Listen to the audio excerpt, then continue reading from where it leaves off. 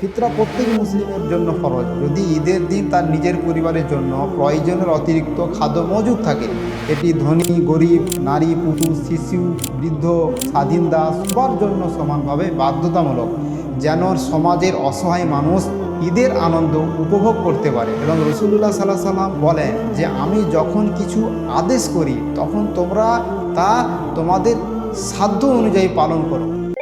আসসালামু আলাইকুম রহমতুল্লাহি বারাকাতুহু। আলহামদুলিল্লাহ রব্বিল আলামিন, আসসালাতু ওয়াসসালামু আলা রাসূলিল্লাহ ওয়া বাদ।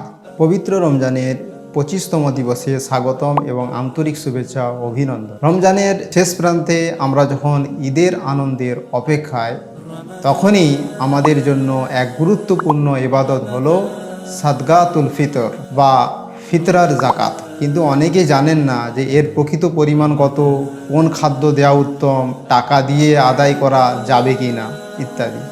আজকের এই বিশেষ ভিডিওতে আমরা জানব যে ফিতরার সঠিক বিধান কি, কাদের জন্য ফরজ এবং রাসূলুল্লাহ সাল্লাল্লাহু আলাইহি সাল্লাম কীভাবে আদায় করেছেন। ইসলামের সুন্নাহ অনুযায়ী ফিতরা আদায় করে চলুন নবী সাল্লাল্লাহু আলাইহি সাল্লামের দেখানো পথে। ভিডিওটি দেখুন, শেয়ার করুন এবং সঠিক জ্ঞান ছড়িয়ে দিন। জাকাতুল ফিতর হলো এক বিশেষ দান যা রমজানের রোজা শেষে আদায় করা ফরজ। সাদাকা শব্দটি সাধারণত ফরজ জাকাতের অর্থে ব্যবহৃত হয়, যা কুরআন ও হাদিসে পাওয়া যায়। আর ফিতর মানে রোজা ছাড়া থাকা। তাই জাকাতুল ফিতর হলো সেই দান যা রোজা শেষ হওয়ার কারণে ওয়াজিব হয়। একে জাকাতুল ফিতরাও বলা হয়, যার অর্থ প্রকৃতিগত দান। এটি মূলত আত্মাকে পরিশুদ্ধ করার জন্য নির্ধারিত। ফিতরার গুরুত্ব পরিমাণ ফিতরা আদায় করা প্রতিটি মুসলিমের জন্য ফরজ। রাসূলুল্লাহ সাল্লাল্লাহু আলাইহি সাল্লাম এটি মুসলিম উম্মার জন্য বাধ্যতামূলক করেছেন। ইবনে উমর রাদিয়াল্লাহু আনহু বলেন যে নবী করিম সাল্লাল্লাহু আলাইহি সাল্লাম মুসলিমদের জন্য একসা প্রায় 2.5 কেজি খেজুর বা জব খাদ্য ফিতরা হিসাবে ফরজ করেছেন, যেটি বুখারী এবং মুসলিমে রয়েছে। তারপর এ দান গরিবদের জন্য সাহায্য করা এবং রোজার আত্মশুদ্ধি সম্পূর্ণ করার জন্য দেওয়া হয়। তাই আমরা যেন সময় মতো সাদগাতুল ফিতর আদায় করি এবং এই কল্যাণময় কাজে অংশ নিই। সাদগাতুল ফিতরের গুরুত্ব হিকমত হলো, সাদগাতুল ফিতর ইসলামী শরীয়তে এক গুরুত্বপূর্ণ দান যা 2 হিজরির শাবান মাসে ফরজ করা হয়। এর মূল উদ্দেশ্য হলো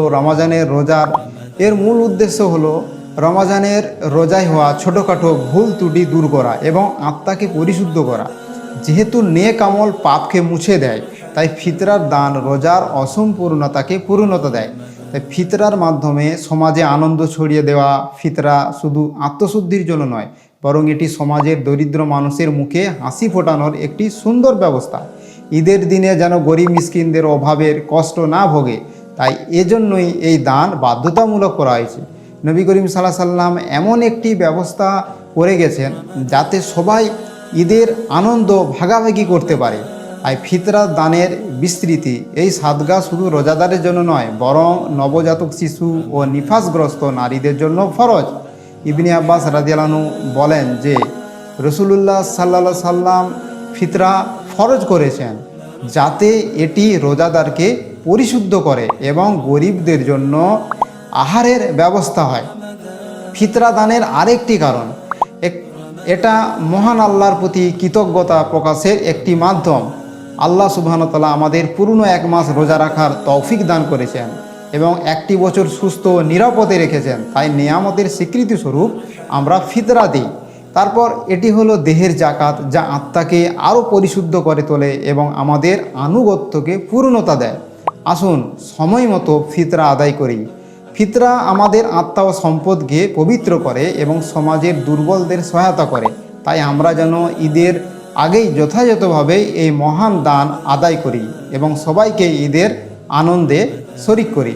ফিতরা কার উপর ফরজ? ফিতরা প্রত্যেক মুসলিমের জন্য ফরজ। যদি ঈদের দিন তার নিজের পরিবারের জন্য প্রয়োজনের অতিরিক্ত খাদ্য মজুদ থাকে, এটি ধনী গরিব, নারী পুরুষ, শিশু, বৃদ্ধ, স্বাধীনতা সবার জন্য সমানভাবে বাধ্যতামূলক।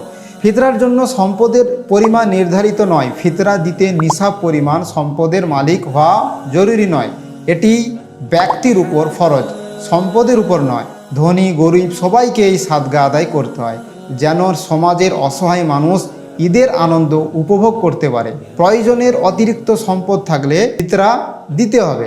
যার কাছে অতিরিক্ত খাবার বা বিক্রয়যোগ্য সম্পদ আছে সে তা বিক্রি করে হলেও ফিতরা আদায় করবে।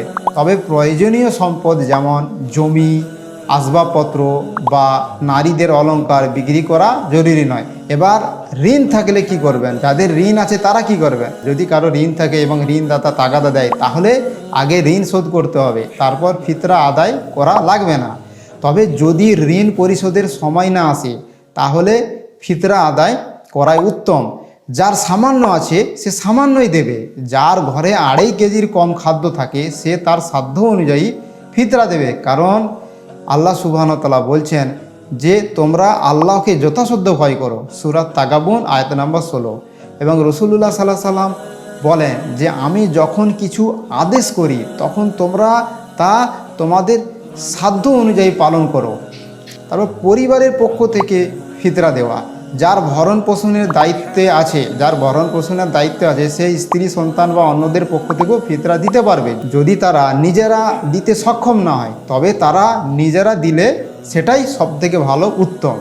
আর ভ্রূণের জন্য ফিতরা দেওয়া মুস্তাহাব। যদি গর্ভস্থ শিশুর বয়স 120 দিন হয়ে যায়, কিছু ওলামা স্কলাররা মনে করেন তাহলে তার পক্ষ থেকে ফিতরা দেওয়া মুস্তাহাব, পছন্দনীয়, তবে ফরজ নয়। তাই ফিতরা আদায় করা ঈদের আনন্দকে সবার মাঝে ছড়িয়ে দেওয়ার জন্য ফরজ করা হয়েছে। আসুন সময় মতো এই মহান আমলটি আমরা সবাই পালন করি। ফিতরার জাকাতের পরিমাণ কত? ফিতরার সাদকা ওয়াজিব এবং এর পরিমাণ একসা খাদ্য।